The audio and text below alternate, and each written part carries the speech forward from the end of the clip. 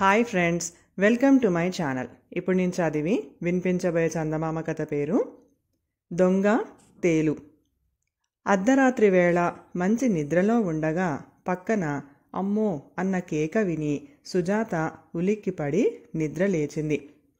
తల దగ్గర చీకట్లో ఎవరో మనిషి నిలబడి చెయ్యి విదిలించుకుంటూ ఉండడం చూసి ఆమె గుండె జల్లుమంది. ఇంట్లో ఆమె ఒక్కతే ఉంది. తండ్రి పొరుగుళ్ళో ఏదో సంబంధం ఉన్నదని తెలిసి ఆ సంగతి విచారించి రావటానికి వెళ్ళాడు. వెళ్లే ముందు పని మనిషిని కూతురుకు తోడుగా ఉండమని చెప్పాడు.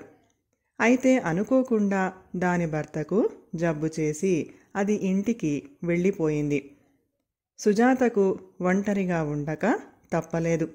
ఎవడో దొంగ వంటగది పైపెంకులు తొలగించి ఇంట్లో ప్రవేశించాడు. సుజాతకు భయంతో ఏమీ చేయటానికి పాలు పోలేదు. దొంగ ఆమెతో తొందరగా లే, నీ తల కింద పెద్ద తేలు ఉంది అన్నాడు చేతిని బాధగా విదిలించుకుంటూ. అతను సుజాత తల కింద తాళం చెవుల కోసం వెతుకుతూ ఉండగా తేలు కుట్టింది. సుజాత అందుబాటులో ఉన్న దీపం వత్తిని పెద్దది చేసి చప్పున మంచం దిగింది.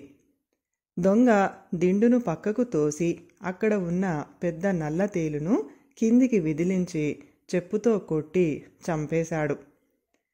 సుజాతకు తేళ్లంటే చెడ్డ భయం.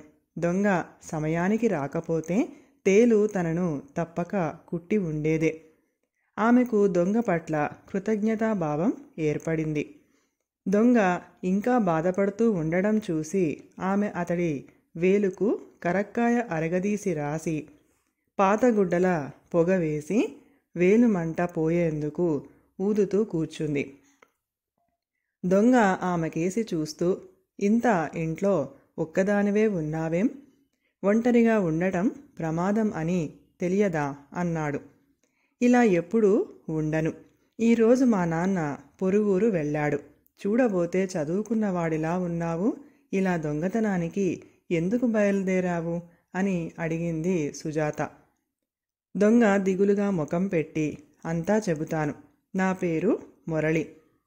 మా అవ్వ నన్ను గారాబంగా పెంచి పెద్ద చేసింది. అవ్వ మురిపం వల్ల నాకు చదువు అంతగా అబ్బలేదు. చెడు స్నేహాల కారణంగా అవ్వ పెట్టెలోంచి చిల్లర డబ్బులు దొంగలించేవాడిని. ఆ మధ్య అవ్వ పోయింది. మా ఊరు నుంచి ఈ పట్నం వచ్చాను. ఇక్కడ ఎంత ప్రయత్నించినా నాకు పని దొరకలేదు. 3 రోజులు పస్తులు ఉండి చివరికి ఈ దొంగతనానికి దిగాను అన్నాడు. సుజాత అతడి స్థితికి జాలిపడింది. ఇంట్లో ఉన్న పళ్ళు తినమని ఇచ్చింది. తెల్లవారేదాకా బాధ కలగకుండా అతడికి కబుర్లు చెబుతూ కూర్చుంది. మురళి మంచి అందగాడు. కానీ అతడి దొంగ బుద్ధి ఆమెకు కంపరం కలిగిస్తుంది. ఉదయాన్నే మా నాన్న వస్తాడు. నిన్ను ఆయనకు మా స్నేహితురాలి అన్నగా పరిచయం చేస్తాను. నిరుద్యోగివని ఏదైనా ఉద్యోగం ఇప్పించమని చెబుతాను. దొరికిన పనేదో చేస్తూ సుఖంగా కాలం గడపడానికి నీకు అభ్యంతరం ఉండదనుకుంటాను అన్నది సుజాత. మురళి సంతోషంగా తల ఆడించి సుజాత తండ్రి రాకముందే వంటగది కప్పు పెంకులు సర్ది పెట్టేశాడు. బారెడు పొద్దెక్కాక సుజాత తండ్రి తిరిగి వచ్చాడు. తండ్రి ముఖం చూస్తూనే వెళ్ళిన సంబంధం కుదరలేదని సుజాత గ్రహించింది. ఆమె తండ్రికి మురళిని తన స్నేహితురాలి అన్నగా పరిచయం చేసి ఉద్యోగం కోసం పట్నం వచ్చాడట అన్నది. సుజాత తండ్రి మాటల ధోరణిలో మురళిని రకరకాల ప్రశ్నలు అడిగి చూశాడు. మురళి జవాబులు, అతని వినయంగా ప్రవర్తించిన తీరు ఆయనకు బాగా నచ్చాయి. అప్పటికే సంవత్సరం నుంచి కూతురు పెళ్లి కోసం ఎన్నో ఊళ్ళు తిరిగి విసిగిపోయి ఉన్న అతడికి మురళినే తన ఇంటి అల్లుడిగా చేసుకుంటే బావుండును కదా అని అనిపించింది. సుజాత తండ్రి కూతురును ఒంటరిగా చూసి, అమ్మ, ఈ అబ్బాయి నీ స్నేహితురాలి అన్న అంటున్నావు. మనిషి బాగున్నాడు. మాట తీరు చూస్తుంటే చాలా సాధువులాగా ఉన్నాడు. ఇలాంటి వాడికి ఏదైనా ఉద్యోగం ఇప్పించటం కష్టం కాదు. నాకు నచ్చాడు. నీకు నచ్చేటట్లు ఉంటే మీ ఇద్దరికి వివాహం చేసేస్తాను అన్నాడు. సుజాత తండ్రికి ఎటూ తేల్చి చెప్పకుండా తొందరేముంది నాన్న అని ఊరుకుంది. ఆమెకు మురళి మీద ఇంకా పూర్తి నమ్మకం కలగలేదు. అతడు పెరిగిన వాతావరణం, చెడ్డ స్నేహితుల ప్రభావం అంత త్వరగా వదిలేవి కాదని ఆమె అనుకుంది. ఆ సాయంత్రం మురళికి తమ తోట అంతా తిప్పి చూపించింది. చీకటి పడి ఇల్లు చేరాక ఒక పెట్టెలో ఉన్న నగలు అతడికి చూపించింది. అవి మా అమ్మవి. మా ఇంట్లో ఇంతకన్నా విలువైనవి మరేమీ లేవు అన్నది. ఆ రాత్రికి మురళికి మరి నిద్ర పట్టలేదు.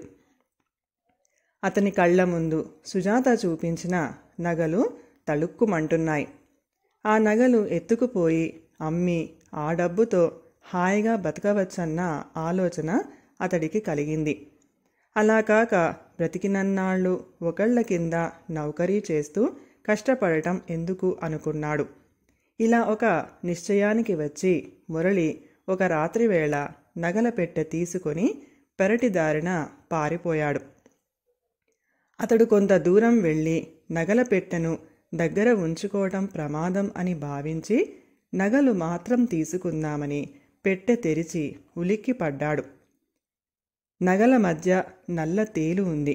తేలు మళ్ళీ ఎక్కడ కుడుతుందో అన్న భయంతో అతడు నగల పెట్టెను చప్పున జారవిడిచాడు. నగలతో పాటు కింద పడిన తేలు కదలలేదు.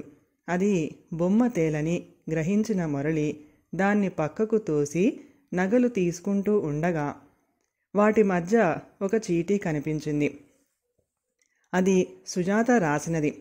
అందులో ఇలా ఉంది: బొమ్మ తేలు అయినందుకు చాలా సంతోషించి ఉంటావు.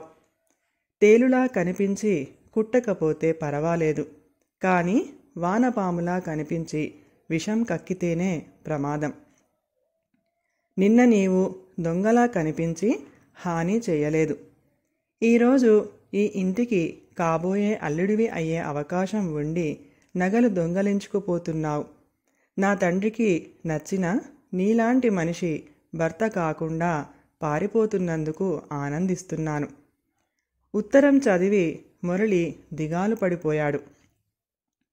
సుజాతను పెళ్లాడి హాయిగా ఉద్యోగం చేసుకుంటూ సుఖంగా బ్రతకవలసిన తను ఇలా దొంగలా జీవించతలిచినందుకు అసహ్యపడ్డాడు. వెంటనే పోయి నగలు సుజాతకు ఇచ్చి ఆమెను క్షమాపణ కోరి తన దారిన తాను వెళ్ళిపోదలిచాడు. మురళి తిరిగి ఇంట్లోకి వస్తూ ఉండగా మంచినీళ్ల కోసం వంటగదిలోకి వచ్చిన సుజాత తండ్రి అతన్ని చూసి అనుమానంగా, ఇంత రాత్రివేళ నగల పెట్టె తీసుకొని ఎక్కడికి వెళ్ళావు అని అడిగాడు. మురళి జవాబు చెప్పేందుకు తత్తరపడుతూ ఉండగా సుజాత వచ్చి, నా చేతి గాజులు గుచ్చుకుంటూ ఉంటే వాటిని నగల పెట్టెలో దాద్దామనుకున్నాను నాన్న. అయితే అందులోకి ఎలా చేరిందో ఒక తేలు చేరింది. దాన్ని చంపిరావడానికే మురళి నగల పెట్టె తీసుకొని బయటికి వెళ్ళాడు అన్నది. తండ్రి అటు వెళ్ళగానే ఆమె మురళితో, అలా దిక్కులు చూస్తావేం, లోపలికి రా. తేలును పూర్తిగా చంపేశావా? దేన్నైనా సగం సగం చంపటం మహాపాపం అన్నది నవ్వుతూ. సుజాత తనలోని దొంగబుద్ధి అనే తేలును గురించి అడుగుతున్నదని గ్రహించిన మురళి ఆమె తనను క్షమించినందుకు ఎంతగానో సంతోషించాడు. కథ సమాప్తం. ఈ కథ కనుక మీకు నచ్చినట్లయితే ప్లీజ్ లైక్ చేయండి, షేర్ చేయండి. మరిన్ని మంచి మంచి కథల కోసం మా ఛానల్ని సబ్స్క్రైబ్ చేసుకోండి. Thank you.